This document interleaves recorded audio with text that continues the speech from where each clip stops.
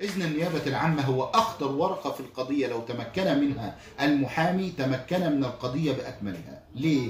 لأنها فعلا أخطر ورقة في القضية، وهي أول ورقة ممكن يتمكن منها المحامي فيبطل القضية بأكملها حتى لو حدثت الجريمة. حتى لو حدثت الجريمة. ليه؟ تعال قبل ما نقول ليه بنقول متى يبدأ إذن النيابة. إذن النيابة العامة بيبدأ من أول مأمور الضبط القضائي أجرى تحرياته في ورقة زي دي، بيقول للسيد وكيل النيابة بعد إذن معاليك اديني أمر بالضبط فلان الفلاني بالقبض والضبط على فلان الفلاني المذكور لأنه أحدث الجريمة دي وتحرياتي توصلت لكده. لازم وكيل النيابة قبل ما يديله الإذن لازم يتحقق من شرطين هامين جدا. بس قبل ما نتكلم على الشرطين دول، تعالى احنا كمحامين لازم نفرق بين أمرين هامين جدا.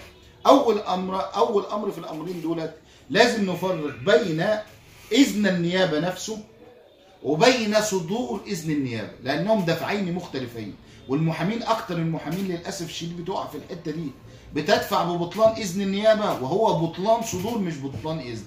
ونفرق ما بينهم إزاي؟ صدور إذن النيابة عشان يكون باطلا أو يكون صحيحا لازم وكيل النيابة يتحقق من الأمر قبل ما يطلعه إن التحريات أو الورقة اللي جاية من مأمور الضبط القضائي دي اتوفر فيها شرطين.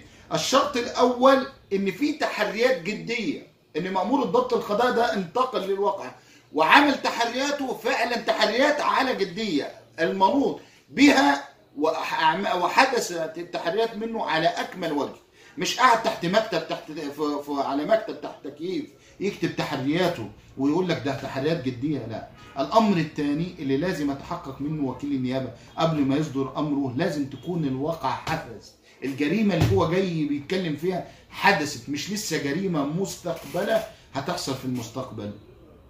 بهذه الطريقة يكون صدور إذن النيابة باطلا أو صحيحا.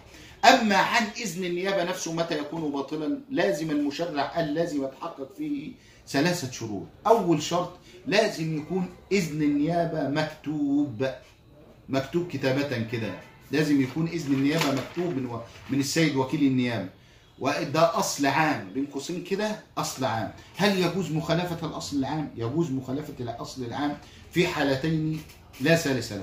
أول حالة حالة الضرورة وحالة الاستعجال. لما يبقى في ضرورة والاستعجال إن صدور الإذن النيابة يكون مش مكتوب بس لازم أنت هتستنبط حالة الضرورة والاستعجال دي من اوراق القضيه نفسها. لو ما لقيتش فيه توفير الشرطين دولت وهو اصدر اذن النيابه ببرقيه او عن طريق تليفون، يبقى الاذن النيابه نفسه باطل والقضيه اصبحت باطله. 2، لازم يكون اذن النيابه مكتوب فيه اسم وكيل النيابه والجهه التابع لها، ولازم يكون في توقيع من الاخر كده. يعني الورقه تيجي في اذن النيابه اسم وكيل النيابه الجهه اللي تابع لها وكيل النيابه موقع تحت. طب لو حصل ان اسم وكيل النيابه مكتوب والجهه التابع لها ولكن ما فيش توقيع، اصبحت دي ورقه تايهه في القضيه ولا تنسب للنيابه ولا يطلق عليها اذن اصلا وتصبح القضيه باطله. لازم، وده حاجات مهمة جدا لازم نركز فيها. السبب الثالث الاختصاص المكاني. لازم وكيل النيابة يكون مختص بالمكان اللي فيه. ما ينفعش وكيل النيابة يصدر يبقى مختص مثلا بدايرة المنتزه يصدر لي قرار في دايرة الرمل، او في دايرة الرمل يصدر لي قرار في دايرة سيدي جابر. لا، لازم الاختصاص مكان اللي هو فيه. وده اصل عام برضه. هل يجوز مخالفة الأصل العام ده؟ يجوز مخالفة الأصل العام ده في حالة واحدة بس، لما يكون وكيل النيابة نفسه فتح تحقيق وعايز متهم من مكان آخر غير اختصاصه. ده يجوز إن هو يصدر له إذن نيابة.